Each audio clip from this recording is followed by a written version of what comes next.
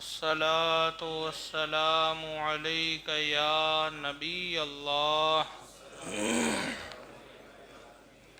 صلی اللہ تعالی علیہ وسلم۔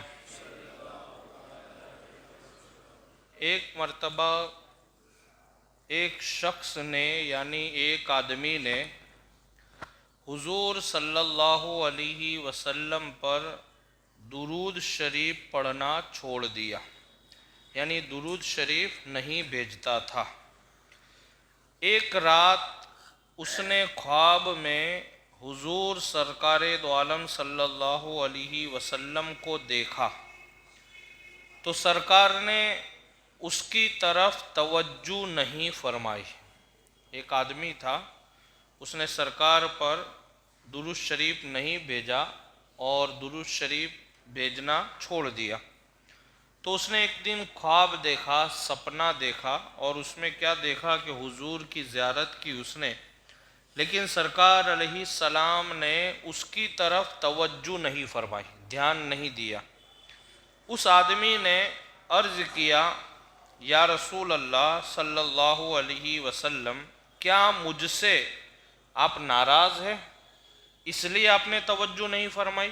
اس آدمی نے خواب میں سرکار علیہ السلام سے پوچھا کہ یا رسول اللہ، کیا آپ ناراض ہیں مجھ سے؟ اس لیے آپ نے توجہ نہیں فرمائی؟ تو سرکار علیہ السلام نے جواب دیا کہ ہاں، میں نے اس لیے توجہ نہیں فرمائی اور میں تمہیں پہچانتا بھی نہیں ہوں۔ آپ غضب دیکھیے، سرکار کی ناراضگی دیکھیے کہ جو آدمی سرکار پر درود نہیں بھیجتا ہے اس سے میرے آقا ناراض بھی ہوتے ہیں۔ تو ایک بات یہ پتہ چلی کہ جو درود بھیجتا ہے اس سے سرکار راضی بھی رہتے ہیں، یعنی سرکار کو راضی کرنے کا ایک طریقہ ہے درود پاک پڑھنا، اور یہ عمل بہت بڑا ہے۔ اس لیے تو اللہ نے قرآن پاک میں فرمایا، ان اللہ و ملائکتہ یصلون علی النبی، کہ بے شک اللہ اور اس کے فرشتے درود بھیجتے ہیں نبی پر، تو اے ایمان والو تم بھی درود بھیجو۔ دوسری بات، قرآن پاک، پورا قرآن پاک آپ پڑھیں گے یا دیکھیں گے تو آپ کو سمجھ میں آئے گا کہ درود پاک کتنا بڑا عمل ہے۔ دیکھیے، اللہ نے نماز کا حکم دیا، لیکن اللہ نے یہ نہیں کہا کہ میں بھی نماز پڑھتا ہوں تو تم بھی نماز پڑھو، یہ نہیں فرمایا۔ اللہ نے فرمایا اقیموا الصلاۃ، نماز قائم کرو۔ اللہ نے دوسری جگہ زکوٰۃ کے بارے میں فرمایا، آتوا الزکوٰۃ، اے ایمان والو زکوٰۃ دو، لیکن اللہ نے یہ نہیں فرمایا میں بھی زکوٰۃ دیتا ہوں۔ پھر اللہ نے دوسری جگہ ارشاد فرمایا وَارْكَعُوا مَعَ الرَّاكِعِينَ، رکوع کرو رکوع کرنے والوں کے ساتھ، لیکن اللہ نے یہ نہیں کہا کہ میں بھی رکوع کرتا ہوں تم بھی رکوع کرو۔ لیکن جب اپنے حبیب کی بات آئی، سرکار کی جب بات آئی، کیونکہ اللہ تعالیٰ میرے آقا سے بے پناہ محبت فرماتا ہے، اور اللہ تعالیٰ کی منشا بھی یہی ہے کہ ہر امتی میرے حبیب سے اتنا ہی پیار کرے۔ لیکن جب درود کی بات آئی تو اللہ نے فرمایا ان اللہ، جس کا ترجمہ ہوتا ہے بے شک اللہ، وملائکتہ، اور اس کے فرشتے، یصلون علی النبی، درود بھیجتے ہیں نبی پر، یا ایہا الذین آمنوا، تو اے ایمان والو تم بھی درود و سلام بھیجو نبی پر۔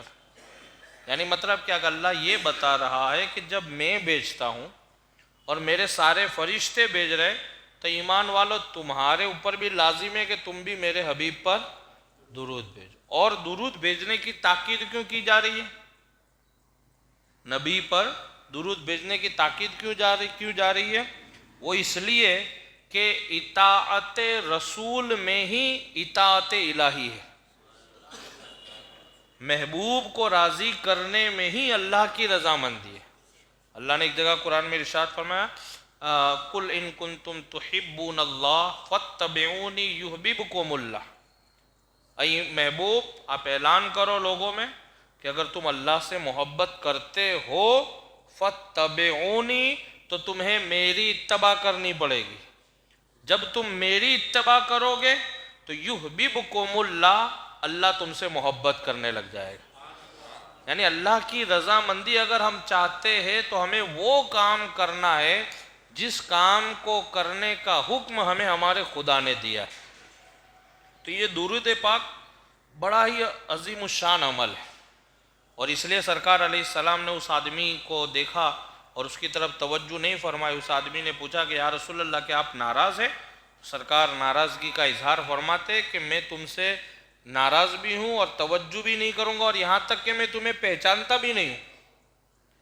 اب ایک امتی کے لیے اس سے بڑا اور خطرناک اور پریشان کن معاملہ کیا ہوگا کہ میرے آقا فرما دے کہ میں تم کو پہچانتا نہیں ہوں؟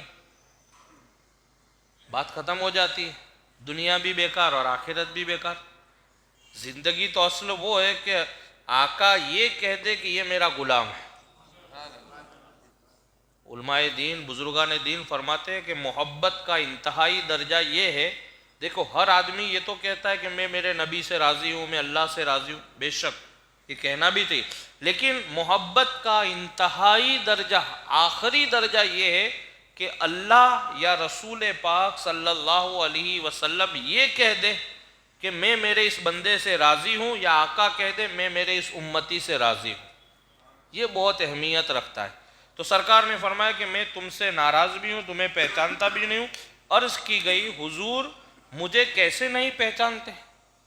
وہ آدمی کا سوال دیکھیے، یا رسول اللہ آپ مجھے کیسے نہیں پہچانتے؟ حالانکہ آپ کی شان علماء یوں کہتے ہیں کہ آپ اپنے امتیوں کو ان کی ماں سے بھی زیادہ پہچانتے ہیں۔ سرکار اپنے امتیوں کو ماں سے بھی، کیونکہ ایک ماں ایسی ہے نا، وہ کبھی اپنے بیٹے کو پہچاننے میں غلطی نہیں کرے گی، خطا نہیں کھائے گی۔ جو ماں ہوگی وہ اپنے بچے کو پہچاننے میں کبھی خطا نہیں کرے گی۔ تو اس آدمی نے کہا یا رسول اللہ میں نے تو سنا ہے علماء کرام کی زبان سے کہ آپ اپنے امتیوں کو تو اپنی اس کی ماں سے بھی زیادہ پہچانتے ہیں، کیونکہ ایک محبت ہی ایسی چیز ہے کہ سرکار علیہ السلام اپنے امتیوں سے اتنی محبت رکھتے سرکار صلی اللہ علیہ وسلم۔ تو آپ نے فرمایا، میرے آقا نے فرمایا علماء نے سچ کہا ہے، تو نے مجھ پر درود بھیج کر میری یاد نہیں دلائی، میرا کوئی امتی مجھ پر درود بھیجتا ہے تو میں اسے اتنا ہی پہچانتا ہوں۔ یعنی مطلب کیا؟ جیسے اس کی ماں پہچانتی ہے اس سے بھی زیادہ میں اسے پہچانتا ہوں۔ تو پتہ چلا کہ اگر ہم اور آپ درود بھیجتے ہیں تو میرے آقا کو پتہ ہے کہ میرے کون سے غلام نے کب، کہاں سے، کس وقت کون سا درود بھیجا ہے، یہ میرے آقا کو پتہ ہے۔ اور میرے آقا کی شان ہے، سرکار کو تو سب کچھ پتہ ہے۔ سرکار کو کل کا بھی پتہ تھا، آج بھی پتہ ہے، آنے والے زمانے میں کیا ہونے والا ہے وہ بھی پتہ ہے، ہر چیز کا علم ہے۔ بزرگان دین صوفیاء کرام تو یہ فرماتے کہ ماں کے پیٹ میں بیٹا ہے کہ بیٹی ہے، اللہ نے اس کا علم بھی ہمارے آقا کو عطا فرمایا۔ تو پھر ایک درود بھیجنے والے سرکار امتی کو میرے آقا نہ پہچانے ہو ہی نہیں سکتا۔ اس لیے درود بہت بڑا عمل ہے، اگر اس کو ہم گہرائی سے دیکھیں، اس کو معمولی نہیں سمجھے کبھی کبھی درود پاک ہے یہ نہیں، بہت بڑا عمل ہے۔ اور اگر اس کو یوں بھی کہہ دیا جائے تو کوئی غلط نہیں ہوگا، درود ایک ایسا عمل ہے کہ جو روحانی طور پر غلام کو اپنے نبی کی بارگاہ میں حاضر کرنے کا ایک موقع مل جاتا ہے۔ کیونکہ میرے آقا خود فرماتے ہیں کچھ فرشتے اللہ نے ایسے متعین فرمائے جو درود بھیجنے والے کے درود کو اس کے نام کے ساتھ میری بارگاہ میں پیش کرتے، نام کے ساتھ کہ بھئی کس نے بھیجا ہے، سید صاحب نے بھیجا، حاجی صاحب نے بھیجا ہے، فلاں علاقے سے، یا رسول اللہ یہ درود آپ کی بارگاہ میں آیا ہے۔ تو اس سے بڑی اور سعادت کیا ہوگی کہ درود پاک کے ذریعہ ہمارا نام میرے آقا کی بارگاہ میں لیا جا رہا ہے، اس سے بڑی اور کوئی سعادت نہیں ہو سکتی۔ تو کہتے ہیں کہ علماء نے سچ کہا ہے، تو نے مجھ پر درود نہ بھیج کر میری یاد نہیں دلائی، میرا کوئی امتی مجھ پر درود بھیجتا ہے تو میں اسے اس کی ماں سے بھی زیادہ پہچانتا ہوں۔ اس شخص کے دل میں یہ بات بیٹھ گئی، اس نے روزانہ 100 مرتبہ درود بھیجنا شروع کر دیا۔ کچھ مدت کے بعد پھر اس نے سرکار علیہ السلام کا دیدار خواب میں کیا۔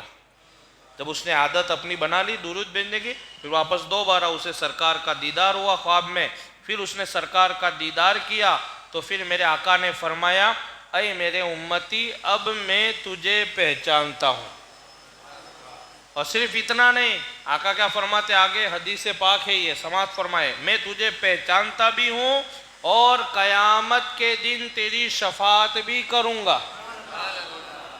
سرکار فرماتے قیامت کے دن تیری شفاعت بھی کروں گا۔ تو پتہ چلا درود ایک ایسا عمل ہے کہ نبی کی بارگاہ میں روحانی طور پہ ہماری حاضری بھی ہوتی ہے، اور کل بروز قیامت سرکار کی شفاعت بھی ہمیں نصیب ہوگی۔ اللہ سے دعا ہے کہ اللہ رب العزت چینل فیضان پنجتن کو سبسکرائب کریں، لائک کریں، بیل آئیکن بٹن کو دبائیں۔